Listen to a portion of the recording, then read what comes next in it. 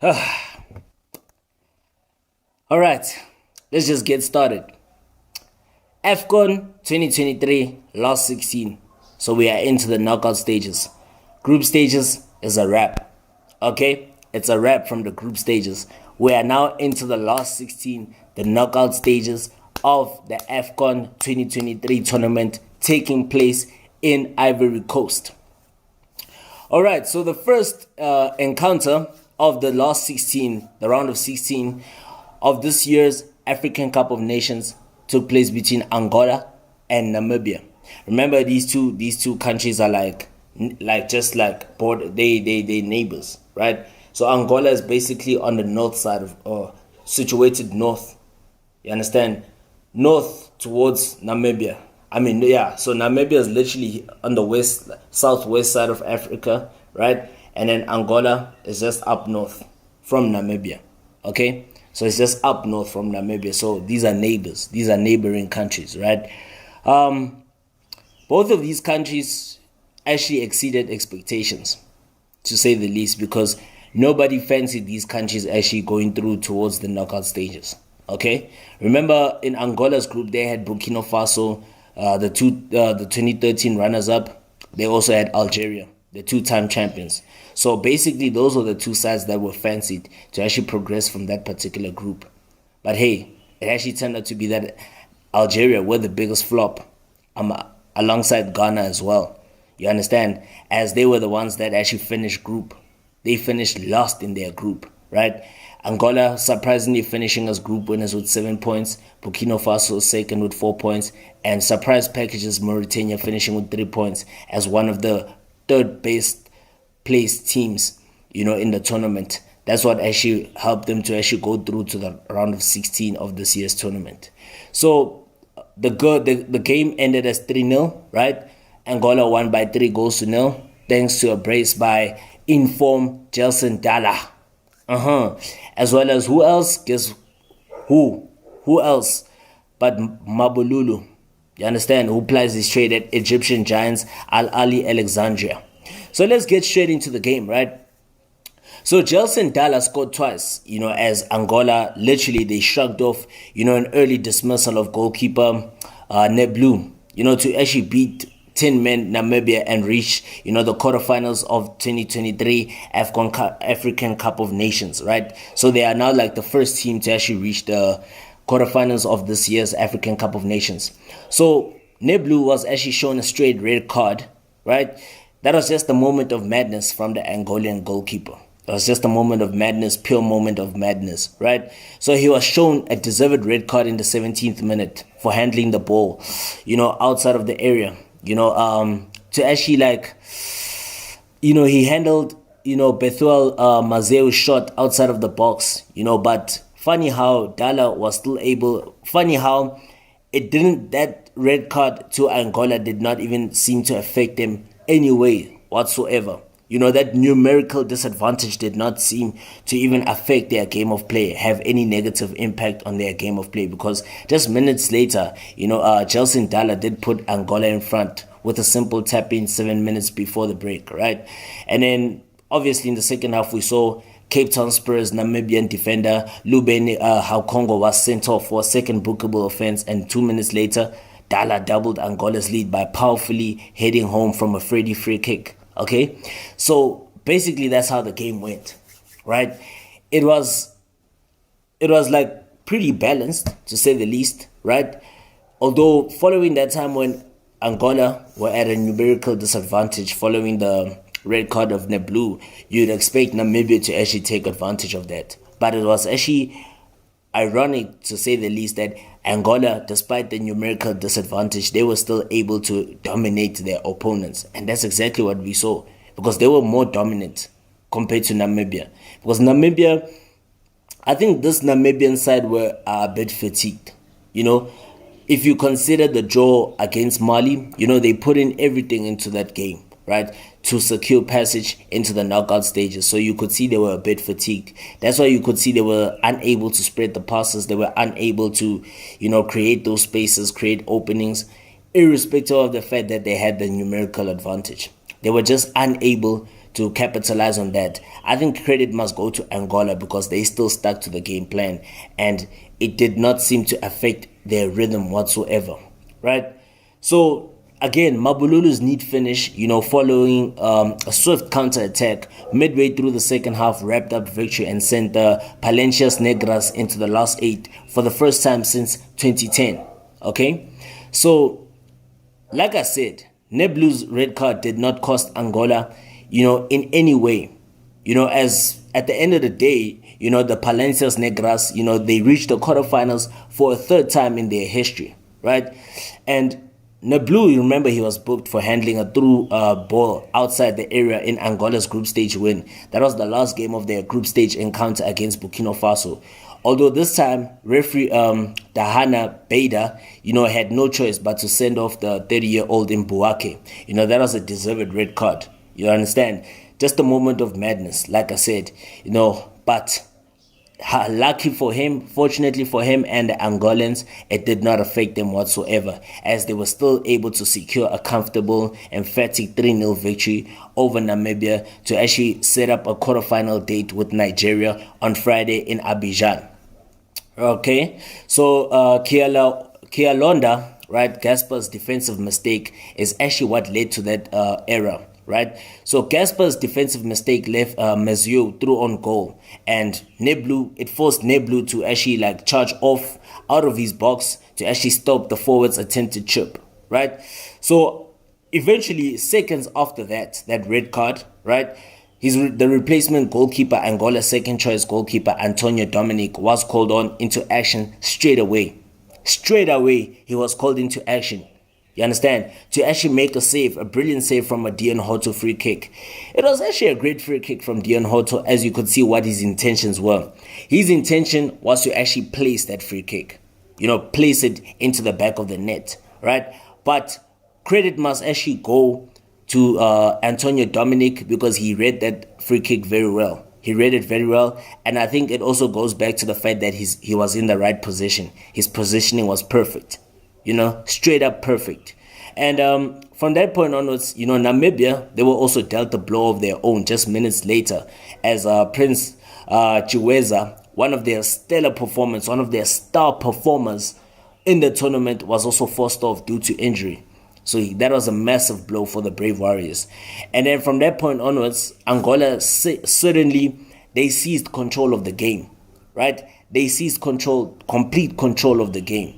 Because they were much better. They outplayed their opponents in the midfield. You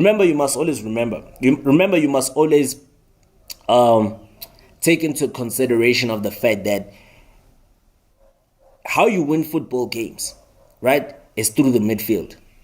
You need to always make sure that you come first best. You come best in the midfield. Because if you are second best in that midfield battle, you'll always lose a game of football. And that's exactly what Angola did. They were dominant in that midfield.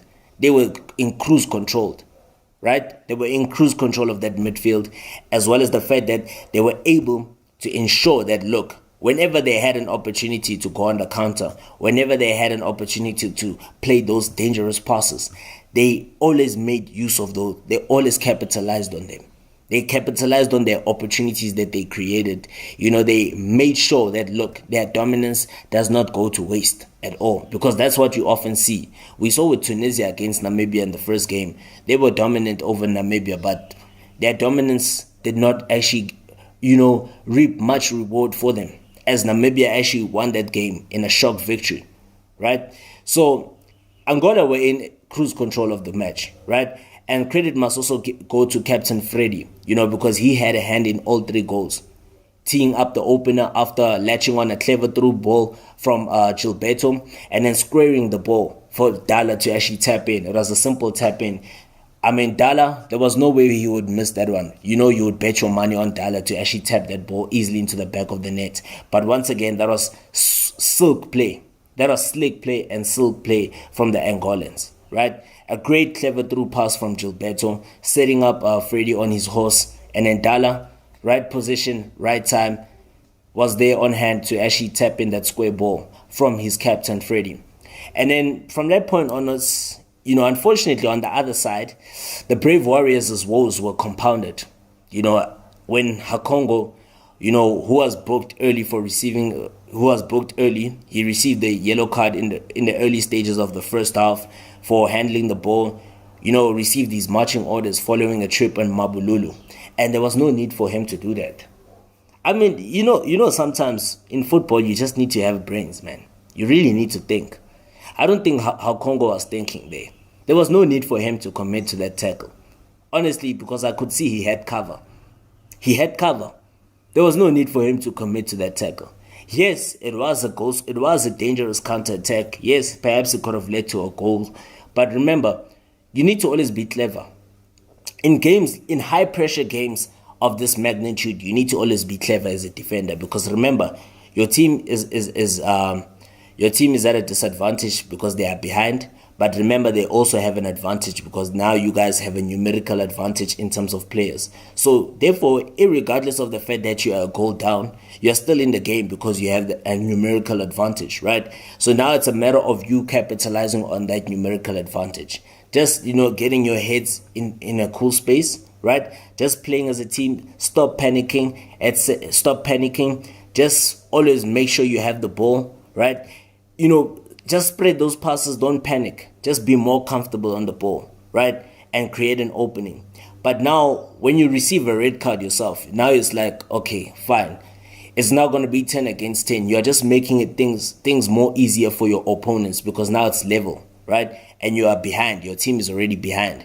Right now, Angola, remember, they were even dominant when they were at a numerical disadvantage. When they were one man short, they were dominant. So now you are giving them a boost. You are boosting their dominance by you committing those clumsy fouls. And now you cost your team heavily. Because that red card, there was no need for Congo to actually commit to that. There was no need for him to actually trip Mabululu because he had cover. But unfortunately, the Cape Town Spurs defender was sent off given his marching orders deservedly. Because now perhaps that's like a denial of a goal-scoring opportunity. So, yeah, unfortunately, it was just that day for the Brave Warriors. And then from the resulting free kick, I meant to say, Freddie's pinpoint delivery allowed Dala to actually head home for his fourth goal of the season, of the tournament, I meant to say. With the skipper registering his third assist of this year's African Cup of Nations. What a story for this, this duo. Currently now, Gelson Dala, he's on 4 goals. His captain Freddie is on 3 assists. So perhaps Freddie is now the top assister in this year's tournament. What a story for this duo. And from that point onwards, on the other side, surprisingly, Peter Shalulile had a chance. The Mamelodi Sundowns talisman. He had a golden opportunity to actually reduce the deficit, early in the second half. But, it was as a result of poor defending once again from Gaspar. Gaspar, he was just not at his game, but he was just lucky, that he was just fortunate to get away with certain, things. Because, again, this is another error that Gaspar made, which actually set Shalulile through on goal. But the Namibian goal poacher, the captain, normally Mr. Reliable, he blazed his effort over the bar, So another letter for Gaspar. I'm sure he must be one of those players that were relieved. It must be a lucky game for him because if he needs to work on that, Gaspar, because against Nigeria in the quarterfinals, there's no way he's going to get away with that. When you have players like Victor Osimhen, Ademola Lookman, Moses Simon, Samuel Chikwueze, when you have got those kind of players who are there, those quality players, they will punish you for those mistakes. So he better work on that. Because he was just fortunate enough that Namibia were just not clinical in front of goal. And from that point onwards, Freddie was in the thick of things once more as Angola made it 3-0 with his 40-yard pass. Oh, what a brilliant pass that was, ladies and gentlemen. What a brilliant pass that was. Actually finding Dala. Dala was in space, acres of space on the left, and then goal scorer, 10 provider, freeing up Mabululu, and allowing the striker to curl a composed finish, past Namibia goalkeeper Lloyd Kazapua, right? And off the right hand post, you understand, for his third goal of the finals.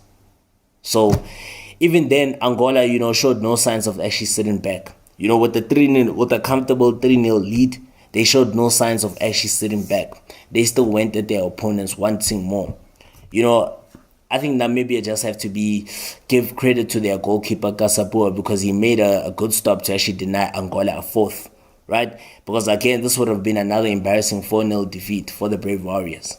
Again, remember they did lose 4-0 to their neighbor South Africa, not in the group stages. And this could have been another 4-0. But, great save again by Kasapua, to actually deny Jonathan Boatu's, header following a corner, and then substitute Zito Luvumbo, rattled the crossbar with a long-range effort in stoppage time. So, hey, Angola were on fire, man.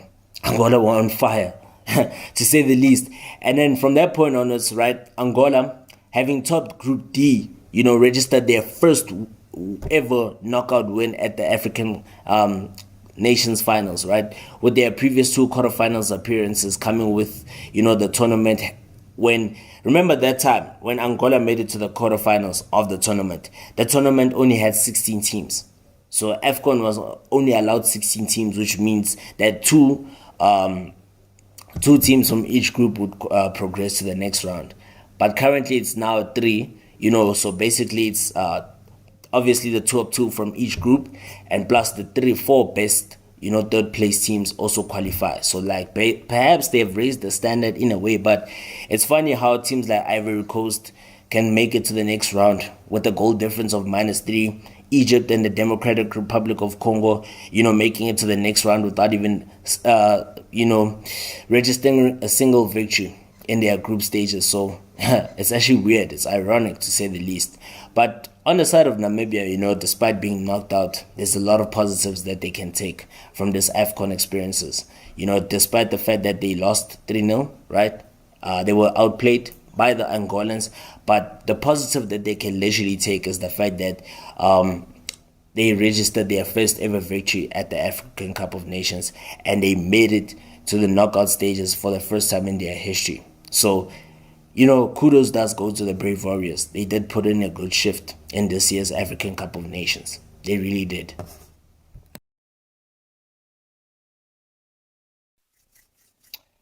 In the second game of the round of 16 in the African Cup of Nations 2023, Nigeria 2, Cameroon 0. So obviously this was a game of the African heavyweights, right? Excuse me. The 3-time champions Nigeria, the Super Eagles, taking on the 5-time champions, the indomitable Lions, Cameroon. You understand? In Abidjan, right? So, of course, the score resulted in a 2-0 win for the Super Eagles, a convincing 2-0 victory for the first time. This is actually the first time in the tournament where they've actually played very convincingly, with real conviction, right? So, Nigeria they've reached the quarterfinals of the 2023 African Cup of Nations after Ademola Lookman, scored a brace, to beat a very disappointing Cameroon side in the last 16 in Abidjan, right? The capital of Ivory Coast. So let's get straight to it, right? So the Atalanta forward, the formerly of the England under-21, right? He opened the scoring, 9 minutes just before the break, after Victor Osimhen forced, defender Umar Gonzalez of Cameroon into an error, and then, teed up Lookman to fire past goalkeeper Fabrice Ondoa, the cousin of Andre Onana. He was actually preferred to Andre Onana, surprisingly, right? Surprisingly, ladies and gentlemen. But, the former England under-21 Lookman, he sealed the win in the 90th minute after just, one of the game's best moves, volleying home Calvin Bassey's, outstretched pass, to actually spark huge celebrations among the 3-time champions. On the side of Cameroon, despite the fact that they introduced, Vincent Aboubakar, the top goal scorer of the 2021 tournament, late on to make his first appearance in this year's tournament, right? Following a muscle injury sustained, on the eve of the tournament. Unfortunately, Cameroon did not even register a single shot on target. How embarrassing that is. So embarrassing from the Indomitable Lions. But remember, we did mention the fact that they have been far from convincing throughout the tournament. You understand? So the Super Eagles, obviously, they know who their opponents are. They will meet Angola, who impressed in a 3-0 victory over Namibia earlier on, in the last 8 on Friday, this coming Friday. All right. Also, the game will be taking place at the Felix Houphouët-Boigny Stadium in Abidjan. And, the latest defeat, actually, piles on more pressure on Cameroon coach Rigobert Song, who will actually face some serious pressure, back home following his latest failure, having exited the 2022 World Cup at the group stages. Now it's like the Cameroon Football Federation president Samuel Eto'o, who we did see was watching from the stands, will now have to decide whether to retain or dismiss his former teammate, right?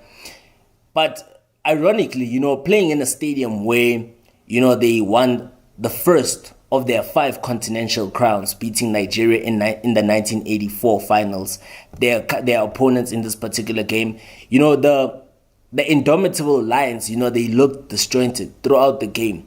And that has actually been the case throughout the tournament, right? So now Cameroon have actually seen off the West Africans on 3 Nations Cup finals. But in this particular encounter, including in other previous encounters, the Super Eagles have often emerged victorious, of their meetings when they meet earlier on in the tournament, right? So currently, Nigeria's latest victory over the Indomitable Lions, which was a thoroughly deserved victory for the Super Eagles after outplaying their rivals, was their second win over Cameroon at this stage of the competition in the past 3 editions. Remember, they did emerge victorious 3-2 in Egypt in the 2019 African Cup of Nations, right? So another thing that is also very interesting of note is that the fact that you must always look at, when you do analysis of games, where 2 heavyweights take on each other, right? It can often be described as labored affairs, with Cameroon, often failing to impress as a cohesive unit, and it was actually left it was actually left to a determined Nigeria, to energetically take the game to their opponents. And that's exactly what we saw in this game. Remember, Nigeria were not all too convincing in the group stages, but they still made it to the knockout stages, right? But in this encounter, in this round of 16 heavyweight clash against their rivals, the Indomitable Lions, the Super Eagles were dominant throughout the game. They were intentional from the first whistle, right? The Super Eagles, right, they thought they had opened the scoring, just 9 minutes when, defender Semi Ajayi, right, fired home only for the goal to be ruled out, following an offside and a video assistant review. And they were spot on. The video assistant referee was spot on, right? But nevertheless, goalkeeper Ondoa, he's just like his cousin Onana. Goalkeeper Ondoa, he's just like his cousin Onana. Because if you look at that, his positioning is very wrong. His positioning, if you look at the way he conceded both goals, his positioning was very wrong for a goalkeeper, right? Not everybody can be an Edison. That's one thing I've noticed with even with some of these African teams in this tournament, is that they want to, copy and paste the European style of play. They want to use Pep Guardiola's style of play, and actually integrate it into their own style of play, but which doesn't work. Because if you look at how Cameroon conceded the first goal, it shows the exposure of the fact that, look, you cannot be playing from the back if you've got defenders who are not comfortable on the ball, right? Because you could see Cameroon defenders, Umar Gonzalez being the one, you could see he was not comfortable on the ball. So imagine now, if you want to play that kind of football, that style of play, of playing the ball outside of the back, from the back, building from the back, you cannot play that kind of football if you know for a fact that you don't have those kind of players who are comfortable on the ball. If you don't have defenders who are comfortable on the ball, rather just play the what we say in the South African language, scope and donor. Just clear the ball away from danger. You understand? Because when you have players like Victor Osimhen, of course, you will be punished if you make those kind of mistakes. And that's exactly what we saw, because, Ondoa, he twice failed to, clear the danger with his punches. following the fact that Onana even didn't play for 2 games. He has only played 1 game in this year's Cup of Nations. Following that, dramatic flight from Manchester, making it to the Ivory Coast. It's actually weird, to say the least, that look, they both world-class goalkeepers, but their decision making, they want to play as, players that are playing inside of the field of play. Right? And that's exactly what cost them, because now, as a goalkeeper, man, just do what you're supposed to do. You're a goalkeeper, stick to the goalpost, be a shot stopper. Okay? So the opener did come after Gonzalez was muscled off, by an excellent Victor Osimhen. Victor Osimhen, even though he's yet to find he has only found the back of the net in this tournament on 1 occasion, he has actually done so well. He worked tirelessly throughout the game. He worked tirelessly throughout the game, did Victor Osimhen, because he outmuscled his opponent, right? And as he set up, he waited for the ball, he outmuscled his opponent, Gonzalez, and he waited for support, unselfishly setting up Ademola Lookman, who capitalized on, who actually finished off a great move, right? Like the fact that Victor Osimhen was still able to keep the ball in his feet, wait for support, and Ademola Lookman finished off, you understand? But goalkeeper Ondoa almost saved it. It just went through, you understand? He literally saved it, but unfortunately it was just not enough. But because of his positioning was poor in the first place, that's why he could not save that ball. You understand? Because his positioning in the first place was poor, he could not save that. And that's exactly what happened, right? And despite the lack of goal threat, Song's sole tactical change came with the game in balance. It was to throw on Vincent Aboubakar, remember, who was the top goal scorer in the 2021 finals, as well as the fact that he scored the winning goal against Egypt when Cameroon won in 2017. That change did not make much of a difference. You understand? It honestly did not make much of a difference. And, ironically, Nigeria would go on to double their lead, as Lookman, who was teed up by Ola Aina. His close range effort was, smartly blocked by Noah Tolo. Although on the rebounded effort, Lookman was actually on hand to actually capitalize and actually get his brace. Again, goalkeeper Ondoa, poor positioning. Once again, poor positioning, right? Again, just poor positioning, because if you look at it, it was one of his most productive games. When you look at the former Everton and Leicester City man, Adam Lookman, it was his most productive games wearing that Super Eagles shirt. Right, so he did score the winning goal after Fulham's Alex Iwobi fed club colleague Bassi, whose cross allowed the unmarked forward to beat Ondoa again from his near post. Again, Ondoa's positioning was very poor. That's the reason why, unfortunately, he conceded both of those goals. He did save them, but due to the fact that positioning was very poor, that's the reason why he conceded both of those goals. So congratulations to Nigeria, right? Again, hard luck to Cameroon, right? They've been unconvincing throughout the tournament, to say the least, the indomitable Lions. And I think it's back to the drawing board for Samuel Eto'o, the president, as well as Rigobert Song and this Cameroon team. Hopefully we'll see better from them in future. I hope you did like. Please don't forget to like, share, and subscribe, ladies and gentlemen. We'll be in touch pretty soon.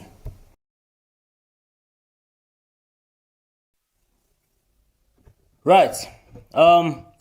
So the next game of the round of 16 in the African Cup of Nations 2023 in Cote d'Ivoire, right, was the game between Equatorial Guinea as well as Guinea, right? There's a difference between these two countries, okay? They're not located far away from each other, but remember, Equatorial Guinea is it's a Western country that is actually close to Gabon, right? And then Guinea is a country that is actually located towards the upper west side of Africa, neighboring countries like Ghana, Cote d'Ivoire, and those nations, right? So that's perhaps the distance between these two countries, okay? Despite all of that, right, there's there's not really much rivalry to drive home between these two countries, because remember, these two countries are often the unfancied opponents coming into tournaments like this. But this current African Nations tournament has actually proven to all of us that, you can never, ever, ever, ever underestimate any opponent whatsoever, because all 24 teams that are partaking in this particular tournament deserve to be there. You can't underestimate anybody whatsoever. So what I would like to say is that, look, it was an interesting game of football to actually witness. To say the least, it was an interesting game of football to actually witness. There was a red card, there was a penalty missed, a late goal was scored. It was just like one of those intriguing fixtures, nail-biting. If you're an Equatorial Guinea supporter, or if you're a supporter of Guinea, I'm sure you were nervous throughout the encounter. Especially coming into the second half, with the fact that on the side of Equatorial Guinea, you're down to 10 men, right? And with Guinea, you have a numerical advantage, but you're not, utilizing it. You're not capitalizing on that numerical advantage. But it tells you the fact that irrespective of the fact that a team is a man down, you always see that team having this relentless spirit of not ever giving up. We saw that even in the game between Angola against Namibia. Even though Angola were the team that went down to 10 men first before Namibia also got a red card in the second half, Angola were actually the more dominant of the teams, irregardless of the fact that they were a one-man short. So that tells you a story. It's so ironic, to say the least. And that's what actually makes the beautiful game so exciting. That's what actually makes African football so exciting. And this particular tournament is actually putting African football on the map. It's setting the bar high for African football. That's what I'm saying to y'all, the rest of the world, America, whether you're in South America, whether you're in North America, whether you're in Europe, Asia, Southeast Asia, wherever you are, or even in the Middle East, what you must understand is African football is at a high level right now. And if you're not witnessing this, I think you're really missing out, and I don't know what you're doing with your life, right? So let's get straight into this one. Equatorial Guinea losing, surprisingly or unsurprisingly. But considering the fact that they came into this encounter with so much momentum, so much hype, after causing shock upsets in their group campaign, after following an impressive Group A campaign, you would expect them to actually continue with that momentum. Remember, on the side of Guinea is also a team that is actually growing, that has been building. It has been laying the rocks to its foundation. It has been laying the rocks because we see players like Naby Keita, right, in the squad that have actually had great solid careers so far, the former Liverpool midfielder, right? But then it's neither here or there. You understand? What really matters is the fact that you have to play as a team in football. It does not matter which players you have, no matter how many star players you might have in your team. What's the important imperative is for you all to play as a team. So let's just run it up. Let's just run down this game and run it down into different patterns of how this game actually went on, right? So it all started with the fact that, like, the turning points, like I said, in this particular encounter was the fact that Equatorial Guinea, right? Equatorial Guinea midfielder, Federico Bicoro, he was actually dismissed 10 minutes after the break, after the first 45 minutes, after catching Bayo in the ribs with his studs. That was a deserved red card. And first of all, those kind of tackles can actually, end somebody's career, because now he caught him literally in the ribs with his studs. That was just a very dangerous tackle, very nasty. And it was well deserving of a red card. Well deserving. And then from that point onwards, again, another critical talking point of the game is that the National Thunder, which is Equatorial Guinea, they were even awarded a spot kick, right? Midway through the second half, after Seiko Sailor, caught Iban Salvador, in the box. Although, surprisingly, Captain Emilio Nsue, the man who's in form, who has got 5 goals in this current tournament, who is the top goal scorer in the tournament so far, he actually hit the base of the upright, so which was actually a surprise. And that was a let-off for Guinea. That was an incredible let-off for Guinea. From that point onwards, what we actually saw in this game is that, with the game actually set to head for extra time, guess what actually happened? Striker Muhammad Bayo, stooped high to actually guide Ibrahim Diakite's cross from the right flank, just inside the near post in the final minute of added time. You understand? So, literally, those are like the three important talking points of this game. The red card, the penalty miss, and the late goal. Literally in the last minute of the game. That's when Guinea were able to snatch a late winner, a dramatic winner, in the 98th minute of the game. That was the final minute of added time because it was 8 minutes added on. That was the final, literally the final, few seconds, the final 60 seconds of added time. That's the time when Muhammad Bayo stooped so high to actually head that ball into the back of the net and give the Guineans a great victory and actually set up a last eight date against the Democratic Republic of Congo in Abidjan. So now currently the West Africans now with this victory over Equatorial Guinea have made the last 8 for the first time since 2015, and they will now take on the Democratic Republic of Congo in Abidjan on Friday. Okay, after the Leopards, they actually knocked out a record 7-time champions Egypt 8-7 on penalties, following a 1-1 draw. That was a Salah-less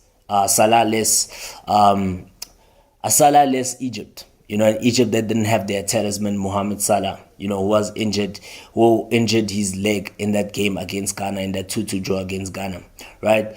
So another interesting fact is that in this particular encounter, Guinea, like I said, they barely made, their one-man advantage count in the final 35 minutes. You understand? They didn't really do much with that. They didn't really make it count, punish their opponents. You understand? They didn't punch above their weight in the way they're supposed to, because once you have that one-man advantage, you must be ruthless and make it count, make it work for you. But that's one thing we didn't see from Guinea, and I think credit must go to Equatorial Guinea because the National Thunder, they were resolute in their defense, especially in the midfield. They were very resolute.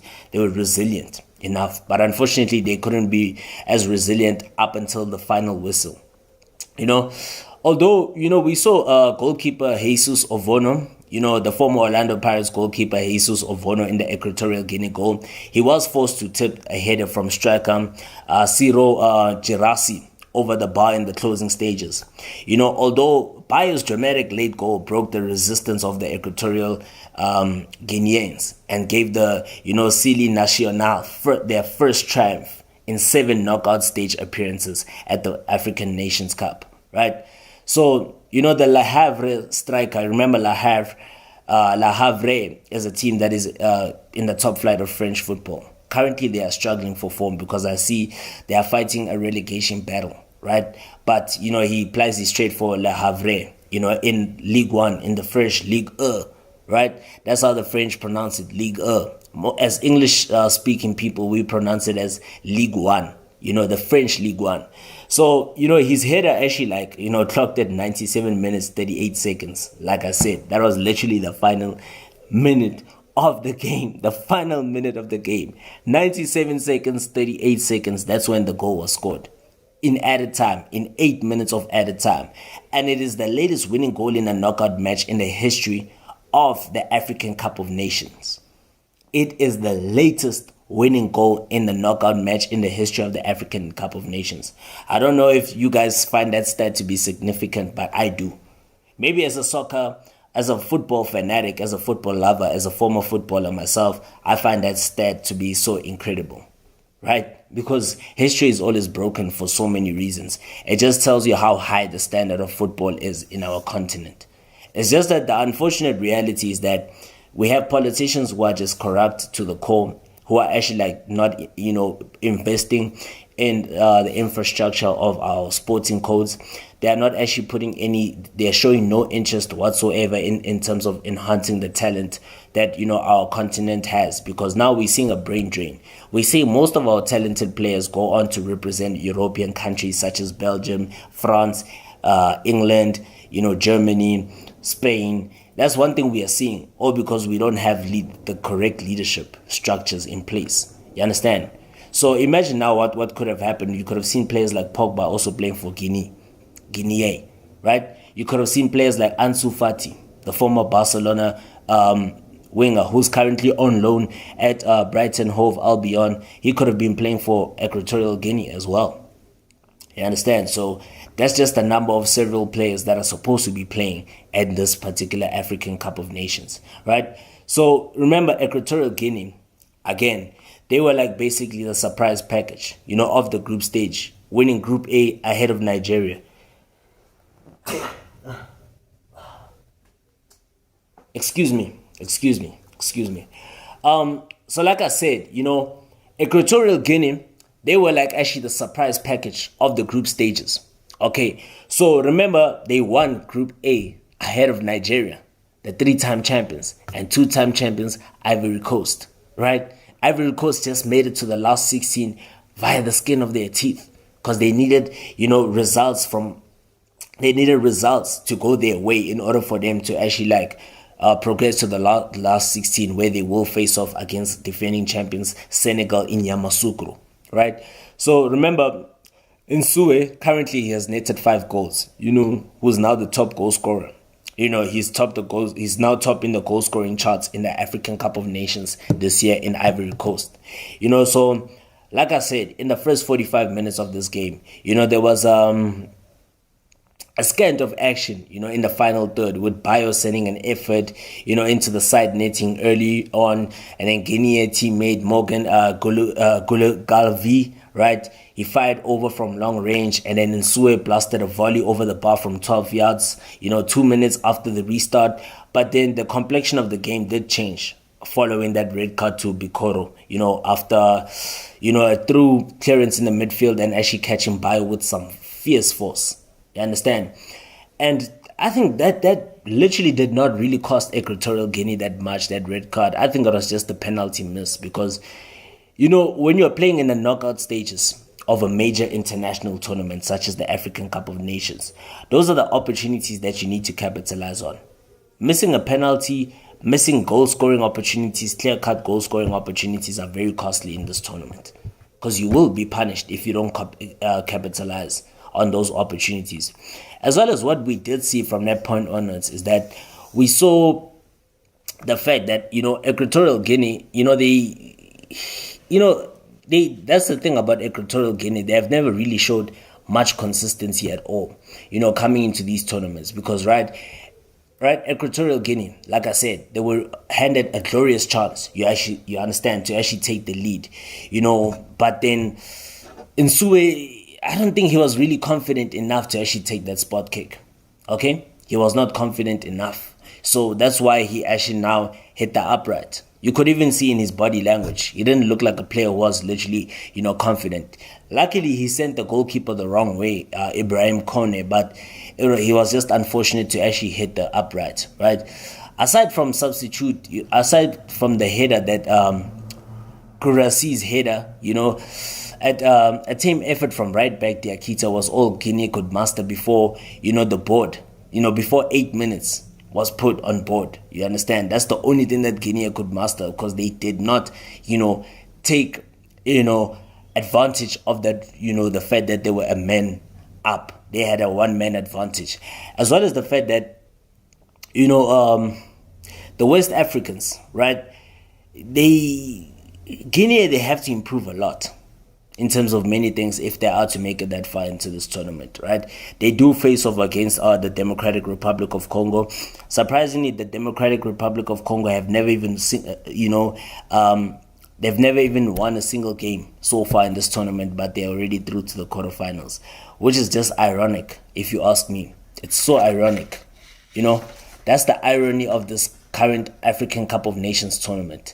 It's like, imagine a team that is yet to even, win a single game is actually through to the quarterfinals. They haven't even won a single game in group stages. They drew all their games and they basically finished the campaign as one of the best third place teams to actually go through, and they actually beat Egypt on penalties, right? So which means the Democratic Republic of Congo have failed to register a victory, but they are through to the quarterfinals. It just shows you it's a telling story, guys. This is literally like a fairy tale. It's literally a fairy tale. But look, I'll be back with more currently, with more of the other action from the round of 16, the latest, including the one between the Democratic Republic of Congo as well as Egypt, and then the one between Senegal and host Ivory Coast, and the one between Cape Verde as well as the other surprise package, Mauritania. Cheers, man. We'll be in touch pretty soon. All right. Then the next game, right, that took place also on Sunday, the 28th of January in the round of 16 African Cup of Nations clashes, right? So it was the game of champions, right? So this is a game of two countries, two nations that have a combination of 9 African nations titles between them. Egypt being the record holders with 7, the Democratic Republic of Congo having 2, right? So 9 trophies combined between these two sides, right? So there's no underdog coming in this one, okay? But obviously the favorites were Egypt coming into this game. So let's get straight into the facts. Okay, right. Remember, this was actually the 5th African Cup of Nations encounter between Egypt and the Democratic Republic of Congo, with obviously the Pharaohs winning 3 of the previous 4 and only losing 1, right? Another thing is that Egypt and the Democratic Republic of Congo, right, have met twice previously in the knockout rounds of the CAF African Nations Cup, right? Each winning once. The Democratic Republic of Congo won 3-2 in the semifinals in 1994, and then Egypt won 4-1 in the quarterfinals in 2006. Okay, so therefore, on both occasions, the winner of the tie went on to lift the trophy that year. The Democratic Republic of Congo, remember back then it was known as Zaire, right? During the reign of Mobutu Sese Seko, it was known as Zaire. And then in 1974 when they won it, and then Egypt last won it in 2006. Yeah, that's the time when they beat Congo, and then they went on to go win it in 2006, right? Another thing that I can also say is that another historical factor between these two sides is that both the Pharaohs and the Democratic Republic of Congo qualified for the knockout rounds of the African Cup of Nations 2023 with 3 draws each. So both of these teams have never won a single game in their group stages campaign, right? They didn't win a single game. They drew all their games. So Egypt finished second place without even winning a single game with 3 points because Ghana slipped up at the last game, right? And then on the side of Democratic Republic of Congo, they drew all their games, right? So basically, none of these teams have secured any victory so far. Only 4 previous teams have progressed from their group with 3 draws since 1996. So when groups were made of 4 teams, and the Democratic Republic of Congo also in 2015 are the first to do so twice. It's only Benin and Tunisia in 2019, as well as Guinea in 2015 that achieved the same feat as the Democratic Republic of the Congo, right? And another interesting factor is the fact that 4 of Egypt's last 7 African Cup of Nations knockout matches have gone to penalties. That's another interesting factor. I'm not sure if you guys find that to be an interesting statistic, but I do, because it tells why they've actually, struggled to actually lift another continental showpiece since 2010, right? They've only won 3 times and they've lost once, right? They failed to score in 4 of their last 5 knockout games. You understand? With the other a 2-1 win, with the other being a 2-1 victory over Morocco in the 2021 quarterfinal. Okay? Another thing is Egypt, qualified from their group stages of the 2023 African Cup of Nations with 3 2-2 draws, seeing them, into second place. They were the first side ever to qualify from the African group stage games, conceding 2 goals, more than 2 goals in all 3 games. Literally, that's the case with the Pharaohs. And they haven't been all too convincing in this year's tournament. Sorry about that. They haven't been all too convincing in this year's tournament. Yes, they've scored goals, yes, but they've conceded just as much as they've scored. Because remember, they've scored twice in all their games, in each of their games, meaning they've scored 6 times. But they've also conceded 6 times. So, on attack, they're good. Defensively, it's very bad. It's not solid, right? So on offensively, they are very solid. But defensively, they are not as solid because they are conceding so many goals, are the Egyptians. Okay? Another interesting fact that we can also notice is that another interesting fact that we can also note that we should never ever take for granted is the fact that in this particular tournament, right, the 2023 African Cup of Nations tournament group stages, Egypt had 12 more shots than any other team.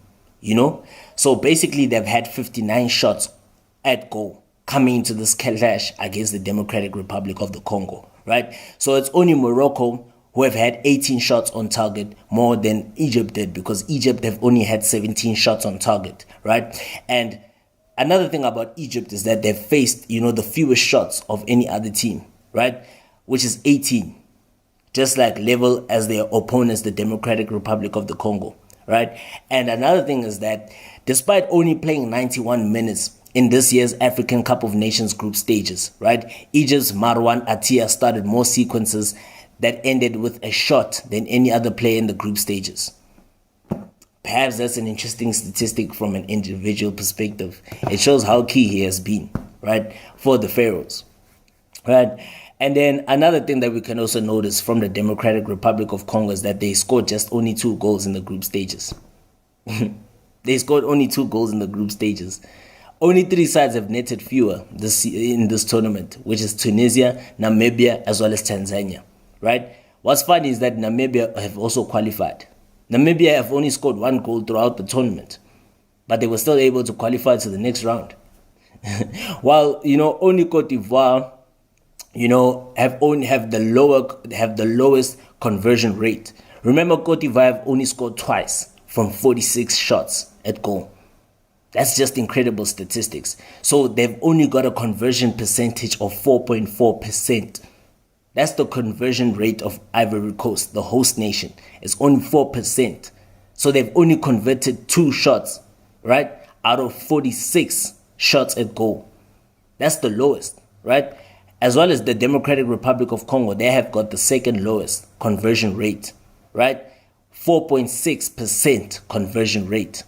You understand? They've only scored twice from 44 shots. So basically, they are amongst the teams that have progressed.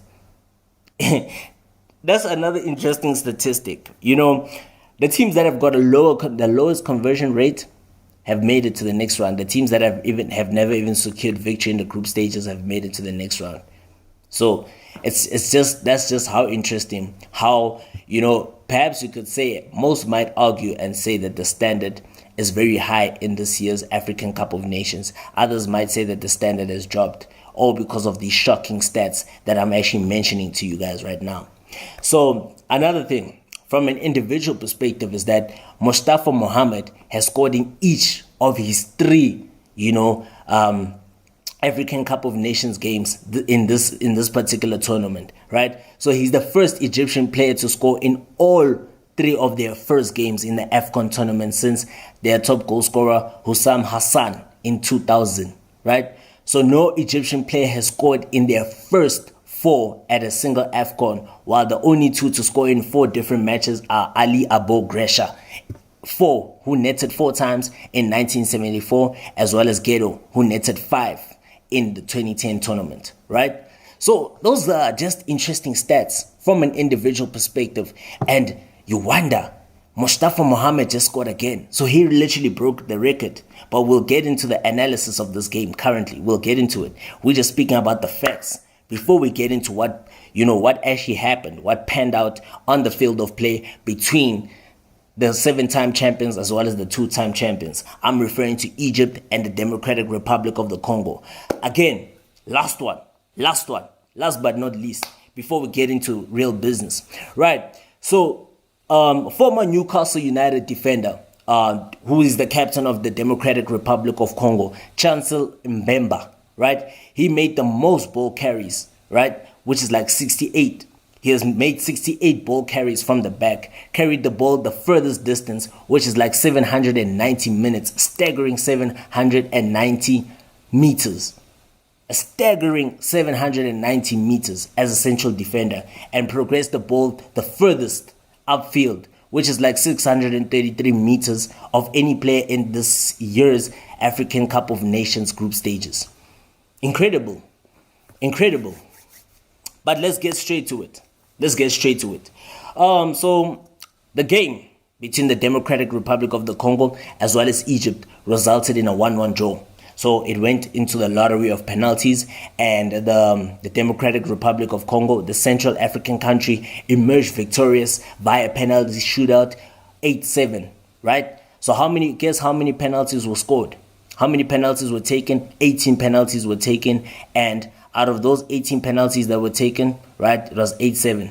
Okay, so basically, if we do the mathematics correctly, 18 penalties were taken and 15 were converted, right? So 18 penalties, 18 spot kicks were taken during the shootout, and then 15 were converted and 3 were missed, right?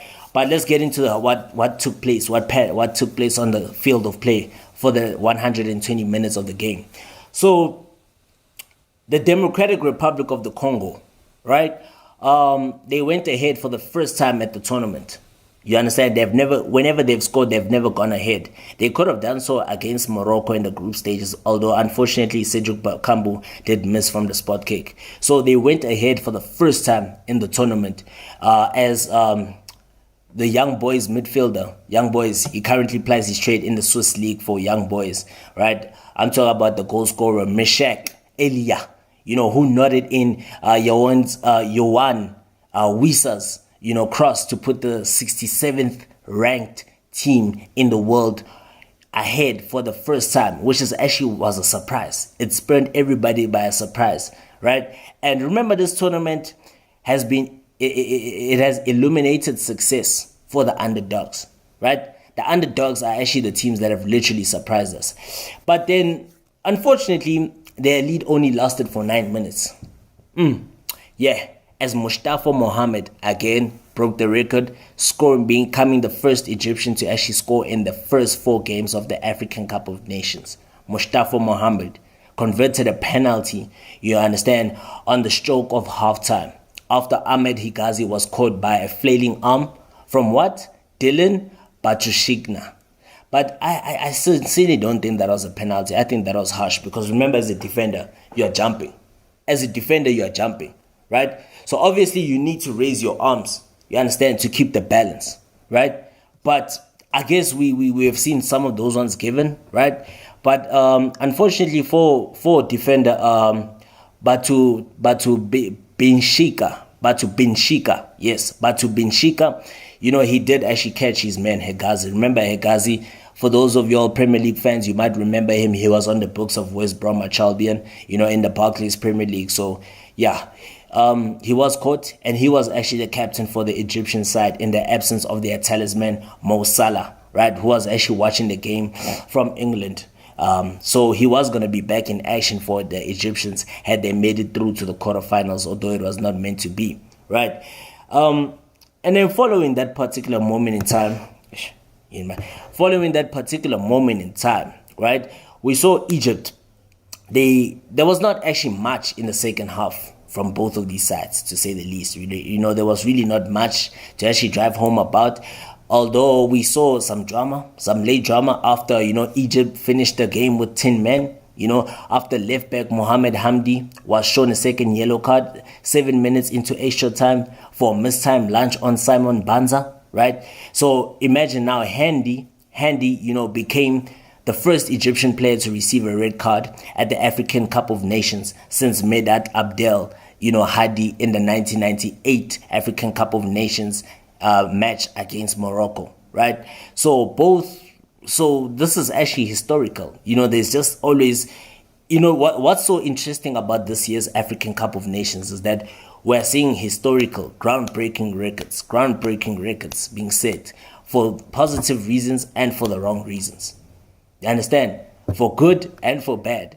And that's the old saying, is that records are always being broken all the time.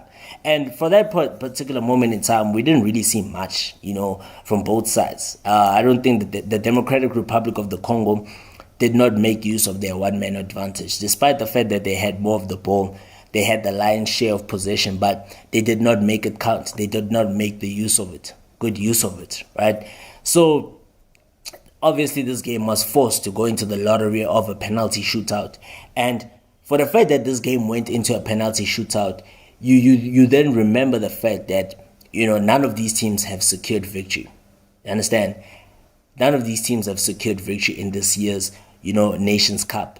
And you could tell the fact that this game went into penalty shootout, you now understand the reason for that, because I think both of these teams, they slacked a little bit. They were still unable to create, clear-cut goal-scoring opportunities because both sides were limited to half chances. You understand? That's exactly what we saw. We saw Sekju Pakambu in the second half. Before he was actually replaced, he had a half chance, right? Actually coming in from the near post, but he missed the target by miles, right? We did see Hegazi also have a free header, but it was a tame effort, So they just had half chances. They were reduced to half chances. And it's not really to say the game was not a great game of football to actually witness, although it just lacked that sucker punch. Both teams just lacked that killer instinct. Both teams were able to cancel each other out as they were unable to create clear-cut goal-scoring opportunities. Okay? And as we went into the lottery of the penalty shootout, yes, Congo emerged victorious by 8-7. So the players that actually missed their spot kicks was Mustafa Mohamed, surprisingly, because he's the one who converted from the spot in the dying minutes of the first half to actually level the score for the Egyptians, and as well as Arthur Masuaku missed the spot kick for the Democratic Republic of the Congo. So remember, Mustafa Mohamed's effort went wide of the mark, and then Arthur Masuaku, the former West Ham United left back, he placed his effort over the top, right? And then Egypt goalkeeper. So this game was a matter of the goalkeepers. The penalty shootout was a matter of the goalkeepers. So guess what? Egypt goalkeeper, right? Kabaski, he missed his spot kick, actually hitting the upright. And then DRC, the Democratic Republic of Congo goalkeeper, man of the match, Lionel Mpasi, made no mistake by converting his spot kick, sending his nation into the last 8. Inflicting a shock result once again on the 7-time champions. So again, other interesting statistics include the fact that, right, this was Egypt's 5th penalty shootout in their last 8 knockout AFCON matches, right? Winning 3 and then losing. The last time they actually lost on a penalty shootout before losing to the Democratic Republic of the Congo was in the 2021 final to the Senegalese, right? And again, with Egypt, this was now their 8th consecutive full-time draw over the 2 editions in the African Cup of Nations, right? And then Egypt now have gone into extra time for a 5th consecutive knockout match in the African Cup of Nations.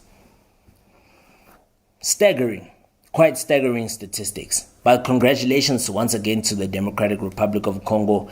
Tough luck for Egypt and Mo Salah. Unfortunately, this tournament will continue to elude him for time, right? Hopefully, we do hope that the Liverpool talisman, will once, lift a trophy with his nation. I'm sure that's eluding him. And I hope you did like this video. Please don't forget to like, share, and subscribe. And we'll be in touch in soon, right? Thank you to the Football is a Religion family. Thank you to all of y'all, right? I'm Pube Simpatio Mhlaba. We'll be in touch pretty soon. Cheers, man.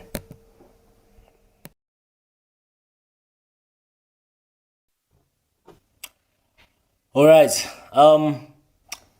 In the other round of 16 clash, which took place between the 2 surprise packages, Cape Verde and Mauritania, right? So Cape Verde did emerge victorious by a 0-0 in a tense encounter, right? Thanks to a late penalty by Ryan Mendes, that gave Cape Verde a dramatic 1-0 victory over Mauritania, to book their place in the Total Energies CAF African Cup of Nations quarterfinals on Monday, where they will take on Bafana Bafana, okay? On Monday, this past Monday, and they will take on Bafana Bafana over the weekend. So indeed, it was perhaps a tense last 16 clash at the Felix Houphouët-Boigny Stadium in Abidjan, right? The two sides, were deadlocked at 0-0 as the game entered into the closing stages.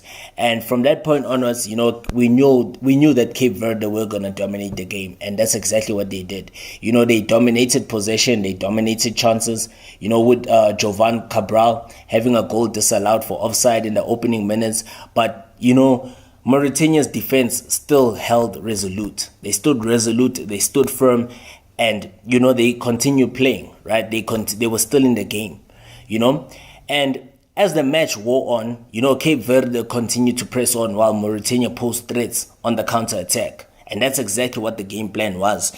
So Mauritania's game plan was to say, let's absorb the pressure, let these guys come at us, and then what we will do, we'll just rely on the counter-attacks. We'll just threaten on the counter-attacks and perhaps fancy our chances on it and get a goal from that, right? So both sets of passionate fans, they rode their teams on because it was a pretty cagey affair, right? It was a cagey affair with the fans, coming in their numbers. The stadium was kind of like filled to capacity, and I must say, Cape Verde has got an abundance of beautiful women, to say the least, who were like rallying their team on. From that point onwards, though, to say the least, a winning goal did elude, both teams, right? Although finally the breakthrough did come in the 87th minute, when Mauritania goalkeeper, Babacar Niasse, brought down Gilson Tavares in the box. And guess who stepped up? Ryan Mendes. Captain Ryan Mendes stepped up from 12 yards out, smashing the ball, smashing smashing home the penalty and actually making it 1-0, So with the Morabtunes now forced to chase the game, Cape Verde stood firm, right, to see out a famous victory and advance to the quarterfinals for the second time, where they will face South Africa on Saturday. Okay, so it's going to be another interesting encounter, Cape Verde taking on Bafana Bafana on Saturday. And another thing that is also worth noting is the fact that Cape Verde, have now won their first knockout game ever at the CAF African Cup of Nations after losing 2-0 each time against Ghana in 2013 as well as Senegal in the 2021 edition. So now the Blue Sharks have won 3 of their last 4 African Cup of Nations encounters, only drawing 1, but they've had more wins than in their first 11. So they've drawn 6 and won and just only lost 3. Okay, so Mauritania, on the other hand, have not found the back of the net in 70% of their African Cup of Nations games, right? Only Guinea-Bissau register, a higher ratio, maybe perhaps at 75%, among the teams that, which have played at least 10 encounters in the competition's history. As for Cape Verde, they've attempted 18 shots against Mauritania in this particular encounter. And another thing is that it was their highest tally at the same African Cup of Nations game since 2010. At the opposite side, the Almo Ravids have attempted 11 shots without a single one on target.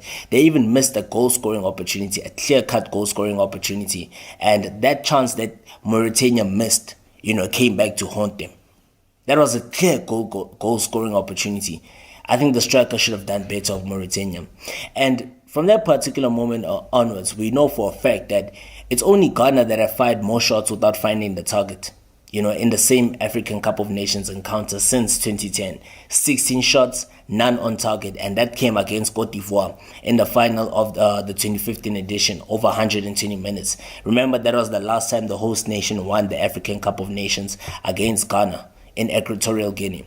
And Captain Ryan Mendes, has actually achieved an incredible feat currently, because now Captain Ryan Mendes has now scored, the latest penalty goal and a CAF African Cup of Nations knockout game, 87 minutes and 53 seconds, right? So the other goal, remember, was scored by Javier Balboa, 92 minutes, 6 seconds with Equatorial Guinea, taking on Tunisia on the 31st of January 2015 in the quarterfinal, right, which resulted in a 2-1 draw. So yeah, records have just been broken once again. And Sidi Amar of Mauritania has made 18 tackles against Cape Verde in this particular encounter, and he has won 3 tackles, right?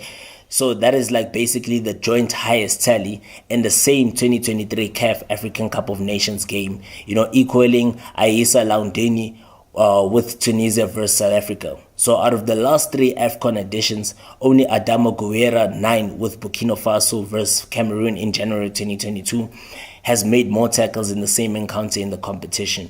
So it was a decent win for Cape Verde, who did surprise us. They topped the group, which consisted of 2 teams, 2 formidable sides that had 11 African Cup of Nations trophies between them. Remember, Egypt being the record African Cup of Nations winners with 7, and on the other side, Ghana having 4 to their name, so 11 between those 2 teams. And imagine Cape Verde, the underdog, finishing above those teams, as first.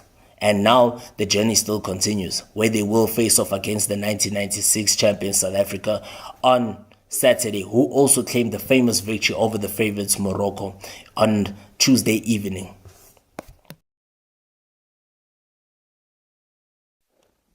Right. And then again, the game that we were all waiting for, ladies and gentlemen, the hosts taking on the champions. Hey, this year's African Cup of Nations tournament has been by far the most interesting of all, right? You know what's actually interesting about this particular tournament is the fact that Ivory Coast was still in their host nation, in their own tournament, right? Remember, Ivory Coast are the host nation of this year's tournament, right? It was an embarrassing group stage performance from the hosts, a disaster to say the least, a disastrous group stage campaign. But imagine making it to the last 16, to the knockout stages with a goal difference of -3. So remember, Cote d'Ivoire did qualify to take on the defending champions Senegal, via the fact that they were like amongst the 4 best third place teams, right? So that's how lucky they were. They were very fortunate. And you know what the fundamental lesson of life is with regards to Ivory Coast is that in life, if you're given a second chance, you better capitalize on it. And that's exactly what the hosts did. Because they stunned the holders, Senegal, in a penalty shootout to reach the quarterfinals, right? And look, they deserved it because from that early goal that they did concede to the Lions of Teranga, it gave them a wake-up call because from that point onwards, Ivory Coast were all over Senegal. They had more ball possession, but unfortunately, they were just not able to create much out of that ball possession. They were not able to turn that dominance into something very useful, in terms of them getting back into the game. But they took a lot of positives from that point onwards. The positives that they can take it is that it was a much better showing from that disastrous group stage campaign. They were able to hold on to the ball. They were able to find those pockets of space, play into them. Unfortunately, Senegal's defense just held resolute. Senegal's defense was very resolute. So the host Cote d'Ivoire pulled off a monumental upset by defeating the defending champions Senegal 5-4 on penalties after extra time to actually advance to the Total Energies CAF African Cup of Nations in Cote d'Ivoire. You understand? To advance to the quarterfinals of this year's tournament. In front of a ferocious home crowd at the Stadio Charles Konan Bani in Yamoussoukro, Senegal made a blistering start. Senegal made literally a blistering start to the game. You understand? And guess what they did? A superb cross from Sadio Mane. You just can never doubt his quality whatsoever. Sadio Mane. You can't doubt his quality. That was a superb cross with his weak foot. I think you would actually say for the fact that Ivory Coast should have done better in terms of defending that one. Maybe Serge Aurier could have actually prevented that cross. But still, it was exquisite. It was superb from the former Liverpool star. A superb cross from Sadio Mane as she found Habib on form. Habib Diallo in the box, who calmly chested the ball down before firing a rocket into the top corner, silencing the home crowd at Yamoussoukro. So, like I said earlier on, Ivory Coast, stunned by the fact that they conceded so early in the game. The hosts gradually grew into the game with neat interplay between, the midfielders Ibrahim Sankare, Seko Fofana, as well as John Michael Seri, the experienced John Michael Seri. Remember, Frank Kessie was left out of the starting 11 just to give him a bit of a rest because, remember, I'm sure he was fatigued. And remember, Frank Kessie is their best player, is their key man. So they just decided to start him on the bench and utilize him as an impact player in the second half, and that's exactly what we saw. And Nottingham Forest midfielder was far better. He put in a far better showing, playing as a team, playing with his teammates, not wanting all the glory to himself, right? And who am I referring to in this instance? Obviously, I'm referring to Ibrahim Sangare. He posed a constant threat on the wing, while strikers, while the fact that we saw Kraso, right, John-Philippe Kraso who was perhaps always I'm sure they were playing Kraso as a false number 9, and then we saw Max Gradel playing on the left-hand side, and then we saw Diakite, the ever so dangerous Diakite playing on the right-hand side. It was not, on paper, that lineup from Ivory Coast did not look so convincing, but in actual fact, when you look at the performance on the field, it was so, it was so surprising. I was just as amazed, but it was a great performance nonetheless from the Elephants, right? And the Elephants, they had the better of the first half, but despite several near misses, the Senegalese wall of Kalidou Koulibaly as well as Abdou Diallo, repelled everything that was thrown at them, to actually still go into the halftime break, preserving that 1-goal advantage, right? And we saw the fact that, the Lions of Taranga almost doubled their lead early in the second half when a spectaculative Ismaila Sarr effort forced a fingertip save. But Cote d'Ivoire were unfazed. Surprisingly, they were still unfazed, and they continued pressing like it's nobody's business. They wanted that equalizer. That's the difference between the Cote d'Ivoire that we saw in the group stages and the Cote d'Ivoire that we saw against the champions, the defending champions Senegal in the last 16. They were more hungry. They were more passionate. They wanted to play for their fans. They wanted to play for their badge. They wanted to win. They were so intentional. And that's exactly what we saw throughout the game. But give credit to the Senegalese defense. They were so resolute. They stayed compact until the fact that Cote d'Ivoire had to make those changes. Bringing on Nicolas Pepe, former Arsenal record signing Nicolas Pepe. Also bringing on Kone, right? Kone, who was on the books of Fiorentina in Italy. Also bringing on the much hyped Borussia Dortmund striker Sebastian Haller, making his first appearance at this year's tournament, right? Because the fact that he did suffer an injury in early December, which did rule him out for the first 3 matches of this tournament, right? So, yeah, from that particular onwards, right, Nicolas Pepe had a great opportunity. He had a great opportunity to actually bring, Cote d'Ivoire level. But a great save by former Chelsea goalkeeper Eduardo Mendy. Maybe you could have said the former Arsenal man could have gone towards the side, maybe picked his spot on the side, or perhaps what he could have done is that maybe keep going and slit the ball lower. Because remember that was a great effort from Nicolas Pepe. But unfortunately, remember the fact that it was quite comfortable for Eduardo Mendy's height, for the goalkeeper, considering his height. That was a quite comfortable save for him, but it was a great save nonetheless. Great shot from Nicolas Pepe and a great through pass from Franck Kessie. Oh, what a player, man. What a brilliant player. What a masterclass of a pass by the former Barcelona and AC Milan man, right? And from that point onwards, guess what happened? The game turned on a pivotal 86-minute moment when, guess who? The combination of the 2 substitutes, Sebastian Haller threading a great through pass, which Kone, failed to control it, but luckily Nicolas Pepe was at the right place at the right time, trying around the goalkeeper Eduardo Mendy and forcing a foul. But then, what was surprising is that the referee didn't give that as a penalty. That's one thing that was so surprising, because that was a clear foul on Nicolas Pepe. Instead, he booked Kaume. And I was surprised at that. But luckily, VAR, they reviewed the incident. And guess what? The penalty was giving the hosts a lifeline of actually getting, back into the game and sending the crowd into a frenzy. And guess who stepped up? Guess who stepped up? The man himself, Franck Kessie, man of the moment. So Franck Kessie, he cool, calm and collected, did exactly what he was supposed to do, right? Did exactly what he was supposed to do. He coolly sent Mendy the wrong way from the spot to equalize and send the home crowd into ecstasy. What a game this was. What a brilliant game that was. To say the least, it was such a wonderful game to watch. A great game of football to actually watch, man.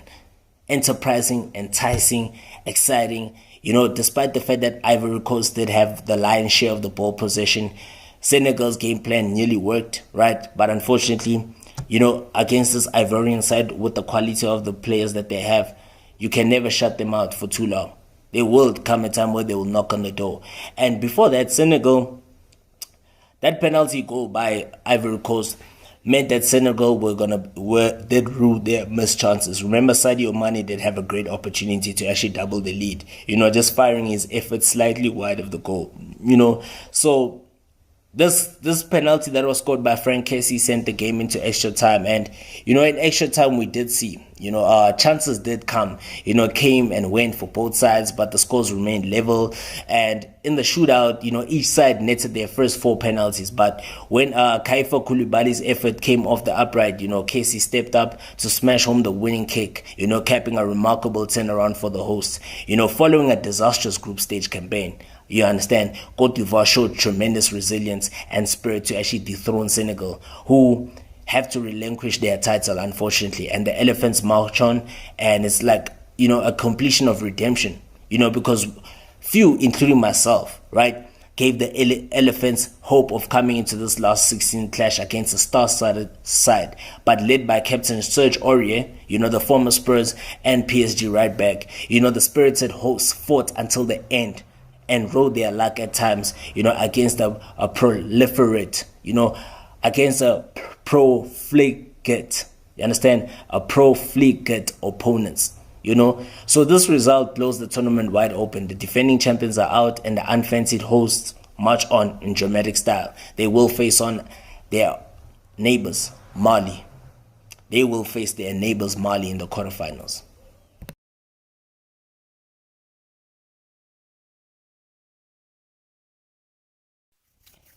Right, so the last 2 round of 16 clashes in this year's African Cup of Nations, right?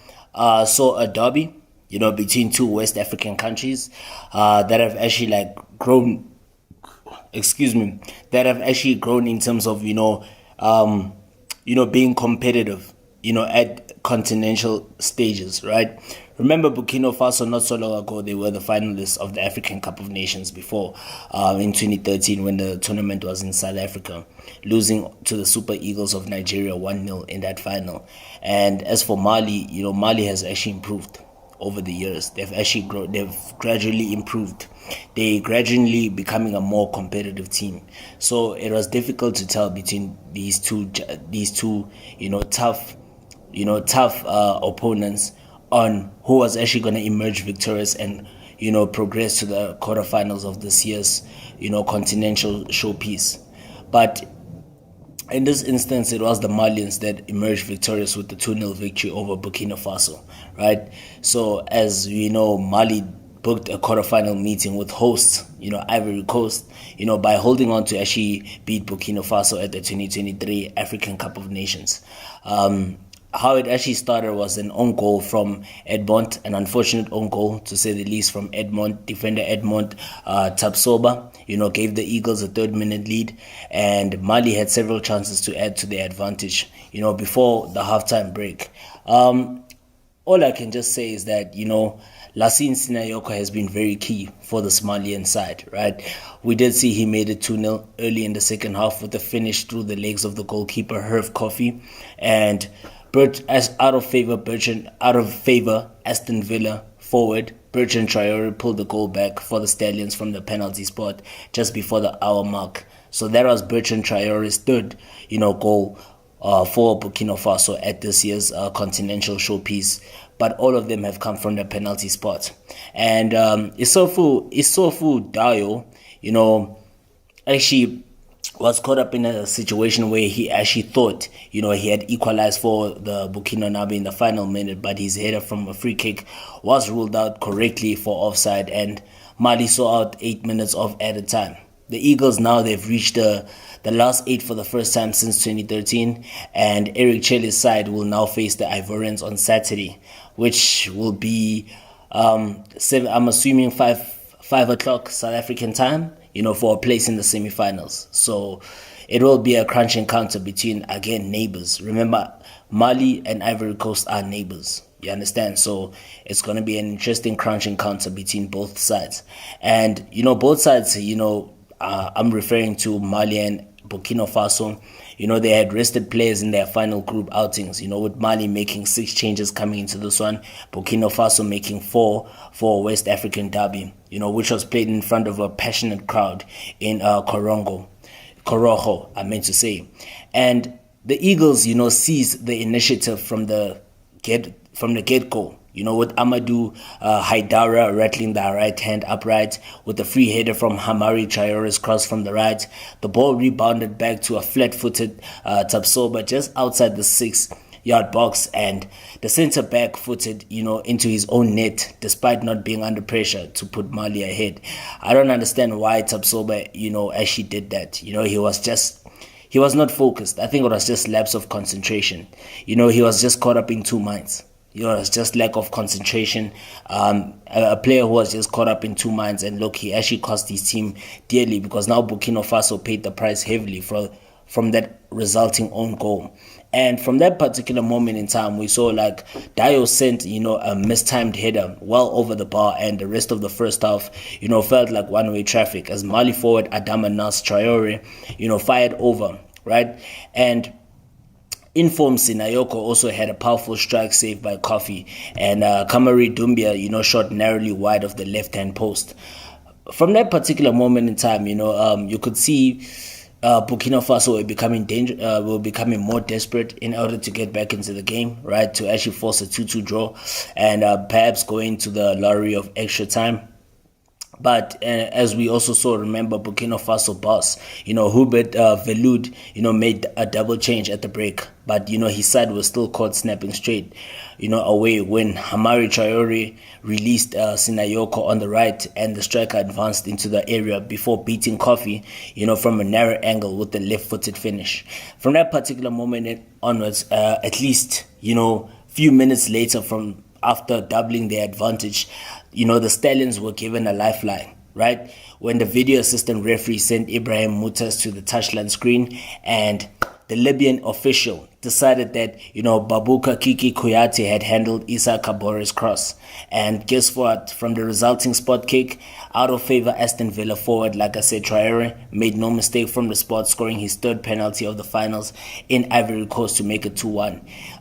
Yet the closest that the Burkina Faso team came to a leveler before Dio's disallowed header, was when Mohamed Konate saw an effort saved by, Djigui Diarra in the 72nd minute. But, Burkina Faso were rated as potential outsiders for the title, following their run to the last 4 in Cameroon 2 years ago, but their performances could not match those levels of those in the 2021 edition of the finals, right? As we know that Mali are ranked 51 in the world. And, they've also been touted as the dark horses, and they will actually face a tricky test against a rejuvenated Ivory Coast side, who actually saw off defending champions, Senegal on penalties via the lottery of a penalty shootout on Monday. So it's actually interesting times, if you ask me, to say the least, right? And particularly what I can say is that there was really not much to separate the sides, Both sides lacked the quality, but what's actually ironic is the fact that Burkina Faso still came second best. Nevertheless, Burkina Faso came second best. The last game of the round of 16 also saw another shock result, as South Africa, that was basically the shocking. I mean, as a South African, I'm also happy, but the scoreline, for the fact that we won the game by 2-0 against Morocco, the scoreline does not necessarily actually reflect the complexion of the game, because Morocco actually dominated. Morocco made 6 changes from that side that actually beat Zambia 1-0 to actually finish top of Group F and set up a date with second placed Group E runners-up South Africa in obviously in a crunch clash, between two sides that have won the AFCON before, only separated by 20 years. Remember, Morocco shockingly won their only African Cup of Nations title in 1976. As for Bafana, they did it 20 years later in 1996. So it was actually a crunch encounter for both teams, right? But obviously Morocco were the favorites coming into this one, because due to the fact that obviously Morocco are like the number one ranked side, in the African continent. And, it was a matter of the fact that now it's simply because us, Bafana, we are ranked 54 places below them. Obviously, we came into this clash as the underdogs. But let me just say it, right? For the fact that we won this game 2-0, it was just a matter of the fact that we were more clinical in front of goal. Yes, we didn't create much in the first half. The only real threatening that happened from a South African perspective was that Teboho Mokoena, his long-range effort forced a great save out of Bono, who actually descended quickly to actually turn that awkward strike from distance behind, for a corner kick. And from that particular moment in time, Morocco actually they were meant to rule their wastefulness in front of goal. Because remember, this Morocco side, unfortunately, they were dealt with a big blow coming into this clash, right? Fact that injuries meant, Morocco was short of forwards. Hakim Ziyech being their match winner against Zambia, as well as Sofiane Boufal, former Southampton winger Sofiane Boufal. They were the watching absentees, And unfortunately, as for Boufal, he was out for the entire tournament. Hakim Ziyech was just a minor injury which kept him out for this encounter against South Africa. So provided the fact that if Morocco were to progress by beating Bafana in this particular clash, we would have seen a return of Hakim Ziyech, but unfortunately it was not meant to be for the Atlas Lions, as they are commonly known, right? Morocco's best opportunities came through Amin Adli as well as Selim Amala. They sent excellent chances wide after breaking free inside the box, as Morocco's accuracy deserted them during the first half. While, South African centre-back Mvala, who for me also put up a man of the match performance, even though Teboho Mokoena was, the voted man of the match, but Mothobi Mvala has really matured and he put up a great man of the match performance. I mean, he intervened twice, during the early stages to actually stop fierce shots from Hakimi as well as Adli. And from that particular moment in time, Morocco still continued to be in the ascendancy. They still continue to dominate, but credit must go to the Bafana, the Bafana defense, which is an all Sundowns defense, which means Aubrey Modiba on the left side, Khuliso Muda on the right, and Grant Kekana, a central defensive partnership between Grant Kekana as well as Mothobi Mvala, who had a stellar performance, a great game. That effort, from that particular moment in time, to say the least, the effort proved the only attempt on target of the first period. But, Morocco, literally they should have gone ahead shortly after the restart, as, the danger man, Azzedine Ounahi, one possession just within South African territory. But, he surged into the penalty area and lofted his ball over the crossbar following a swift 1-2 with Sevilla striker Youssef En-Nesyri. Ounahi was just caught up in two minds. He was very indecisive in front of goal because he had two real openings where he could have, done something, right? Something very meaningful in order to hurt, Bafana. But he was just caught up in two minds. Even with this, effort that he played, that he actually tried to, you could see he was trying to place it, but he was caught up in two minds, right? He should have just taken a first-time shot. You understand? But give credit to Bafana. They showed character and they actually punished the Atlas Lions for not taking their chances. As we saw, the much critiqued, Orlando Pirates striker Evidence Makgopa. He soon punished the fact that Morocco was so wasteful. He punished them, controlling a great pass from Themba Zwane, which was a first-time pass from Shishi to actually tee himself up inside the penalty area and slot beyond Bono from a tight angle for his first international goal in more than 2 years. And the forward for South African top-flight club Orlando Pirates, he actually looked to have been, perilously, close to an offside position, but Ismail waved play on following another quick VAR check, so there was no offside. Great, he timed his run to great perfection to actually give Bafana a shock 1-0 lead, right? And with the fresh AFCON shock on the cards, Morocco certainly replied quickly. We saw a quick response from the Atlas Lions, the World Cup semi-finalists. As what actually happened is the fact that Morocco we saw with Real Betis winger, right? Abdi Ezazuli, right? He shot which Ronwen Williams pushed away. Basically, that was an easy save for Ronwen Williams, but it was a great save nonetheless, But it was an easy save for Ronwen Williams, but it was a great save nonetheless. Pushing away before like Unai shot on the rebound was hurried clearly, right? It was cleared by Grant Gekana. And from that particular moment in time, in panic, Morocco manager, he had to make changes. We're talking about who? The one and only Walid Regragui, right? He had to, make changes, and he reacted immediately, by actually bringing on Ismail Sabari as well as Amin Harit, for Amala and Adli. Both those players really did not make much of an impact, Although funny how he's also the substitutes also did not make much of an impact because they found themselves struggling, to actually like trouble this, compact, Bafana defensive line. Right, it was a clear defensive line from Bafana, and they struggled to actually go past that defensive line. And salvation did look to have arrived for the Atlas Lions when El Kabi shot hit Mvala on the arm.